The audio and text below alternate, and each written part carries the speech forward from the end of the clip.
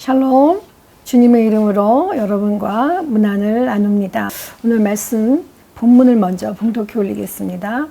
마태복음 16장 21절에서 28절과 로마서 12장 17절에서 18절입니다. 이때로부터 예수께서 자기가 예루살렘에 올라가 장로들과 대제사장들과 서기관들에게 많은 고난을 받고 죽임을 당하고 제3일에 살아나야 할 것을 제자들에게 비로소 나타내시니 베드로가 예수를 붙들고 항변하여 이르되 주여 그리 마옵소서 이 일이 결코 주께 미치지 아니하리이다. 예수께서 돌이키시며 베드로에게 이르시되 사탄아 내 뒤로 물러가라. 너는 나를 넘어지게 하는 자로다. 내가 하나님의 일을 생각하지 아니하고 도리어 사람의 일을 생각하는도다. 이에 예수께서 제자들에게 이르시되 누구든지 나를 따라오려거든 자기를 부인하고 자기 십자가를 지고 나를 따를 것이니라. 누구든지 제 목숨을 구원하고자 하면 잃을 것이요 누구든지 나를 위하여 제 목숨을 잃으면 찾으리라. 사람이 만일 온 천하를 얻고도 제 목숨을 잃으면 무엇이 유익하리요? 사람이 무엇을 주고 제 목숨과 바꾸겠느냐? 인자가 아버지의 영광으로 그 천사들과 함께 오리니 그때에 각 사람이 행한 대로 갚으리라. 진실로 너희에게 이르노니 여기 서 있는 사람 중에 죽기 전에 인자가 그 왕권을 가지고 오는 것을 볼 자들도 있느니라. 로마서입니다. 아무에게도 악을 악으로 갚지 말고 모든 사람 앞에서 선한 일을 도모하라. 할 수 있거든 너희로서는 모든 사람과 더불어 화목하라. 아멘. 오늘 말씀의 제목은 그대 거친 십자가 아래에서라는 제목으로 은혜를 나누도록 하겠습니다.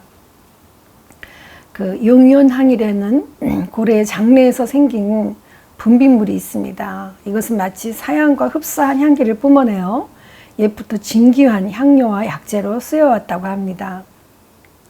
이것은 원래 고래의 분비물 덩어리가 바다에 떠다니면서 해안에 표착하면 그것을 채취하는 것입니다. 수년 동안 바닷물과 파도에 쓸려다니며 떠다닌 용연향일수록 황금색을 띠며 불순물이 적어 엄청난 가치를 지닌다고 합니다. 이렇게 순수 자연에서 채취한 용연향은 당연히 그 세월과 시간이 지날수록 더 가치가 뛰어나고 귀하게 되는 것이죠. 이것을 중세 아랍 사람들은 옛부터 약으로 복용을 하거나 분향이나 향료로 사용되어지고 있어서 바닷속의 황금이라고 했습니다. 조개 속에 만들어진 조그만 상처가 세월이 흐르면서 그 상처를 아름다운 진주로 만들어짐을 우리는 보게 됩니다. 세월이 약이란 말처럼 이제 시간이 지날수록 고래의 분비물이 바닷물을 씻기고 닦아지고 녹아지는 과정을 거쳐 귀한 용연향이라는 약재가 된 것입니다. 우리는 한 주간 동안 많은 감염병의 소식 그리고 태풍 이에 따라온 다른 안 좋은 이러한 여러 가지 사건들로 얼마나 여러분 시달리셨는지 위로를 전해드립니다. 이제 우리의 삶의 시간 앞에 곧 닥쳐질 암울한 소식들은 마치 고구마 줄거리를 깨낸 그런 것처럼 꾸러미로 우리 앞에 쫓아오는 것 같습니다. 마치 용연향처럼 바람과 파도와 바닷물에 우리는 쓸려 다니고 있는지 이렇게 보게 됩니다. 그런데 안타깝게도 이 인생의 바람이 어디로 불지 알지 못하여 한 주간을 살아내시며 얼마나 많이 지치고 한계가 오셨습니까? 그러나 이 하찮은 짐승의 분비물조차도 자연의 바람과 파도와 태풍과 그 세월을 견뎌내며 귀한 약재와 향품을 내어놓는데 하물며 우리 인간의 삶의 열매들은 얼마나 더 아름다운 향기와 귀중함을 내어놓지 않겠습니까? 지금 우리는 이 시간 이후에 곧 임박하여 닥쳐질 고난과 주님께서 당하셔야 하는 십자가의 죽음을 떠올리게 됩니다. 그렇다면 오늘 본문에서 주님께서는 우리들과 우리 제자들에게 이 시기를 어떻게 견뎌내라고 안내를 하시는지 보시겠습니다. 주님께서는 이제 예루살렘의 십자가로 가는 길에 이제부터 시작이 될 것이며 그것은 세 가지 의미를 포함하고 있다고 하시는 것입니다. 첫 번째로 예수님은 그의 고난에 대한 예견을 하셨습니다. 그리고 두 번째는 그 고난이 메시아 직분과 관련하여 의미하고 있지만 제자들이 깨닫지 못한다는 것입니다. 그리고 세 번째는 예수님이 그의 고난에 대한 예견과 죽임 그리고 부활에 대해서 알려주시고 있습니다. 이제 주님께서는 예루살렘으로 가셔서 장로들과 대제사장들 그리고 서기관들에게 고난당한다고 하셨습니다. 이 고난은 주님이 받으실 경멸 그리고 고통, 체포, 처형에 이르기까지 그 과정들을 자세히 언급하신 것입니다. 이때 주님을 박해할 자들은 장로들입니다. 그들은 바리새인과 서기관들을 포함하여 유대의 지도자들로서 사내들이라는 공회의 사람들입니다. 사실 이들은 유대 공동체에서 로마 통치하에 살아가는 힘없는 유대인들을 돌봐야 할 그런 사람들입니다. 그리고 그들이 어떤 모세오경에 고아와 과부와 가난한 자, 소외된 자를 돌봐야 하고 내 이웃을 내 몸과 같이 사랑하라는 계명을 지켜야 할 사람들입니다. 그러나 그들은 도리어 지도자라는 이름으로 백성들의 삶을 매일매일 감독하며 감찰하고 주님을 신성모독죄라는 죄목을 씌워서 죽음의 길로 내어 몰아버린 그러한 사람들이었습니다. 이제 주님은 그들에 의해서 고난을 받으며 결국 십자가 죽으심의 길을 갈 것임을 제자들에게 가르치고 계십니다. 그 가르침이 이제 다가오는 죽음으로 전적으로 하나님께 자신의 생명을 내어드린다는 것입니다. 그리고 제자들도 이제 자신을 전적으로 하나님께 드리며 그동안 이 세상의 중심을 두었던 그 삶을 무덤에 다 묻어버리고 죽어져야 한다는 것이었습니다. 이것은 유대인들과 제자들이 알았던 이전의 모든 범죄와는 완전히 다르게 반전되는 것입니다. 그리고 그들이 거의 이해하지 못하는 방식으로 메시아 왕국의 관점과 요구들이 다시 정의됐어야 하는 것입니다. 유대인들은 이사야 53장에 고난받고 죽임당한 메시아의 개념을 인정하지 않고 이해하지 못했습니다. 그들이 믿고 싶은 하나님은 메시아보다 그들이 원하는 국가 통치자로서 오셔야 할 왕이었습니다. 따라서 주님은 그 가운데 영향을 받은 제자들이 일반적으로 이해할 수 있는 것을 넘어선 죽으면 다시 3일에 살아나실 것이라는 그 죽음의 개념, 그거를 넘어 부활의 세계가 있음을 나타내셨습니다. 그리고 사망은 승리 가운데 삼켜질 것이라고 하신 것입니다. 바로 얼마 전에 베드로는 주는 그리스도시요 살아계신 하나님의 아들이심을 고백했습니다. 그러나 고난받고 주님께서 죽으실 것이라는 사실에 너무나도 놀란 것입니다. 베드로는 이 새로운 주님의 계시를 소화시킬 수가 없었습니다. 그래서 여기에서 항변하에 이르되라는 표현이 있습니다. 이것은 베드로가 완강히 반대한다는 것입니다. 항변은 책망한다는 뜻으로 베드로가 믿음을 고백하는 그러한 예수님을 따르는 신봉자에서 예수님을 책망하기까지 극단적으로 예수님을 반대하고 배반한다는 것입니다. 그러므로 지금 현재 베드로는 주님의 부활이라는 단어가 귀에 들어오지 않습니다. 어떻게 하나님의 아들이 고난받고 죽임을 당할 것인가? 그것에만 놀라서 주님을 붙잡으려고만 하는 것입니다. 그렇다면 주님께서는 이런 베드로에게 십자가의 죽음과 부활을 어떻게 답변하실 수가 있겠습니까? 이제 주님 앞에 놓인 하나님의 뜻을 반대하는 베드로는 사탄의 도구가 되어버렸습니다. 주님께서 사탄아, 내 뒤로 물러가라고 하셨습니다. 원래 반석이었던 베드로는 사실상 하나님의 뜻을 성취하는 길에 놓인 그 거치는 돌이 되어버렸습니다. 그래서 하나님의 뜻을 이루는 길을 막아서고 있는 것입니다. 베드로의 이 사고방식은 하나님의 시각보다 이스라엘이 가졌던 메시아에 대한 소망이라는 순전히 인간적인 기대로 꽉 차 있었습니다. 그래서 그는 주님께서 늘 알려주셨던 하늘의 보물에 관한 관심을 갖기보다 땅의 보물에 대한 시선을 먼저 두고 있습니다. 우리는 우리가 주의 뜻대로 살겠다고 하면서 나의 중심에서 순리대로 그것이 풀려나가기를 기대합니다. 그러나 주의 뜻대로 사는 것은 도리어 자기를 부인하고 십자가를 지고 가는 역발상의 삶이라고 하십니다. 주님이 원하시는 제자도의 열쇠는 우리 자신을 부인하는 것이며 예수님이 그 원형, 모본이 되셔야 하는 것입니다. 주님께서는 이제 자신을 죽음에 내어 주셨습니다. 반대로 베드로는 정반대의 존재로서 예수님이 인간적인 관점에 따라 메시아 직책을 수행하실 것을 요구하고 있습니다. 사실 이 베드로의 모습이 우리의 모습이 아닐까 이렇게 생각합니다. 우리는 다 고난 없이 평탄한 길을 가는 것이 계획대로 풀어지는 것이라고, 그것이 순리의 길이라고 생각하지는 않으시나요? 주님을 따르는 길이 시간이 지나면 지날수록 곧 죽음의 길로 가고 있는 것이라고 한다면 우리는 어떻게 해서든지 그것이 아니라고 부인하며 떼를 쓰고 거절할 것입니다. 이런 상황에 죽음 후에 부활이 있으니까 부활만 생각하고 기대하라고 하는 말이 귀에 들리겠습니까?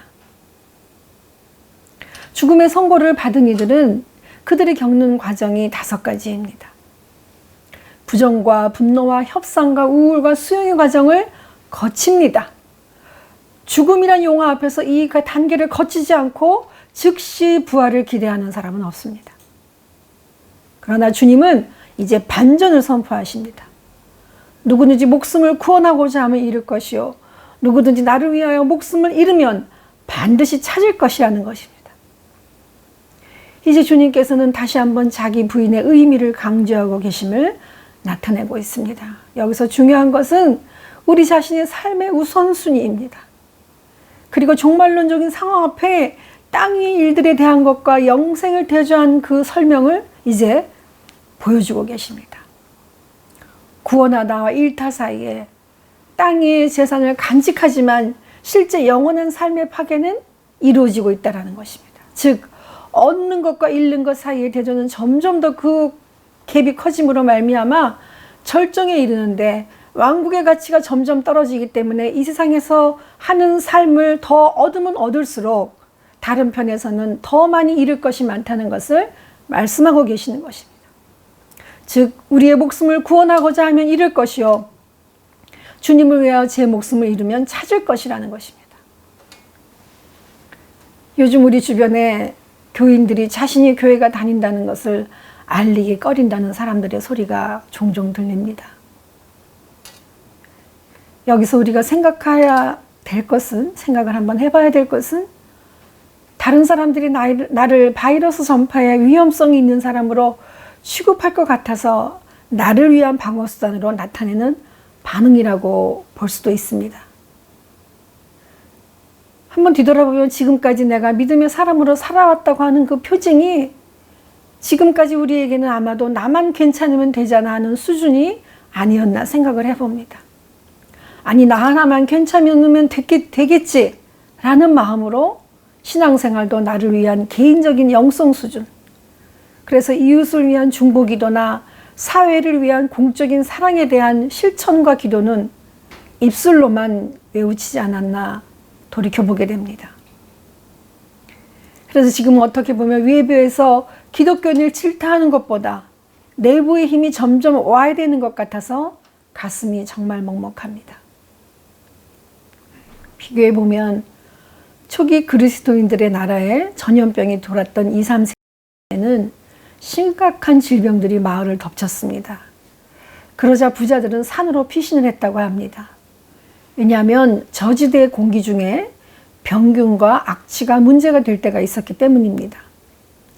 그러나 그때 그리스도인들은 거기를 떠나지 않고 사람들을 돌보았고 그러다가 병에 걸려 죽기도 했습니다. 사람들은 많이 놀랐습니다. 아니 도대체 왜 그랬습니까?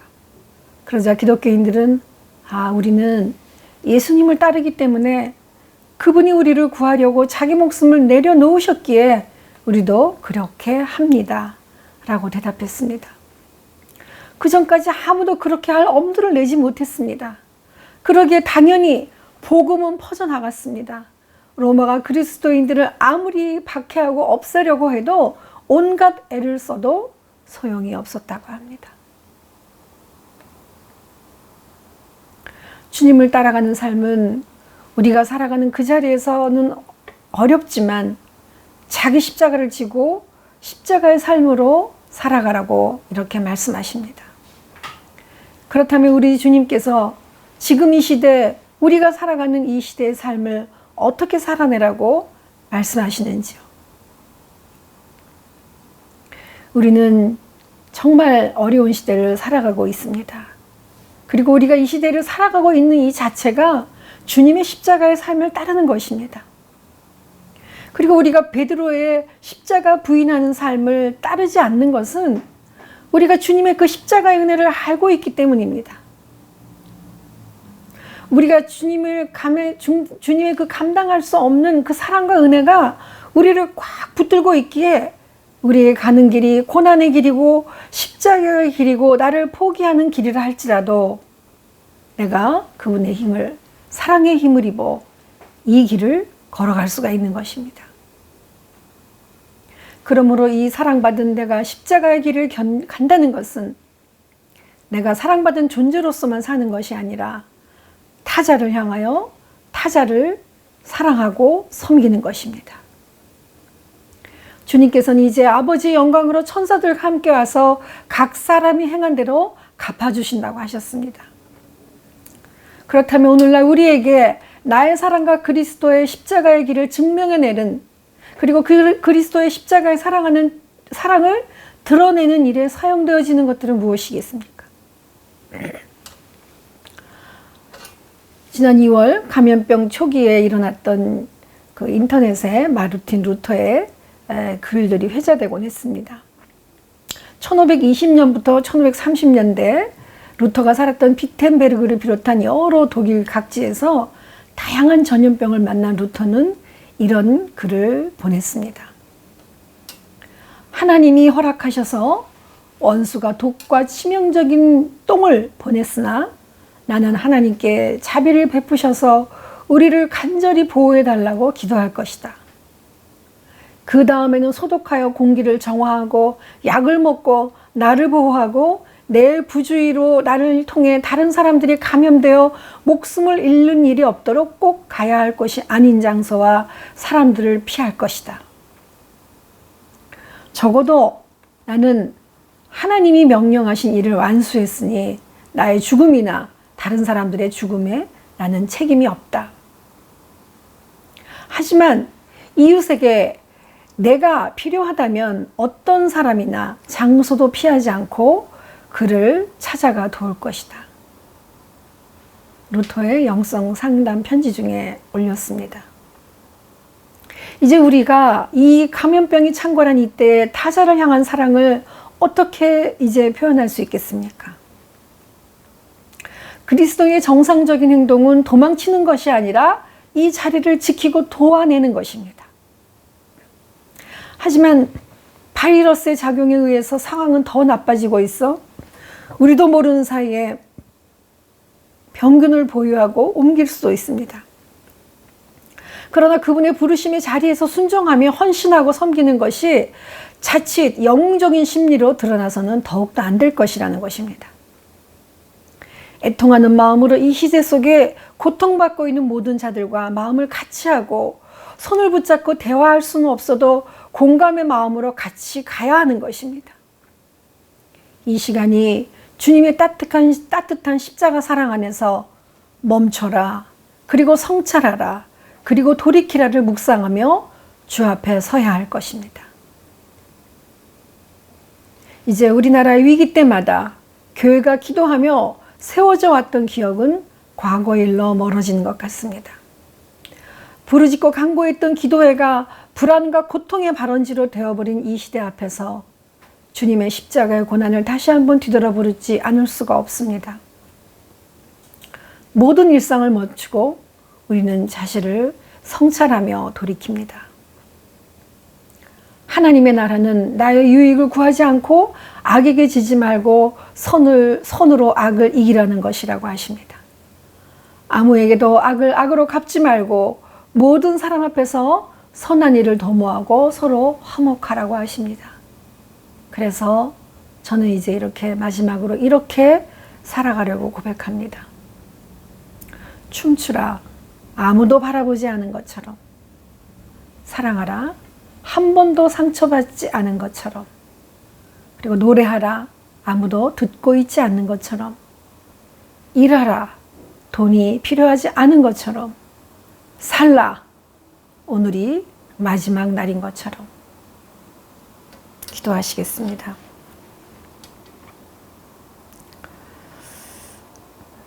십자가 그늘 아래 나 쉬기 원한다고 우리 주님께서 먼저 십자가를 지심으로 우리를 내 안에 거하라고 약속하여 주신 주님 사랑합니다.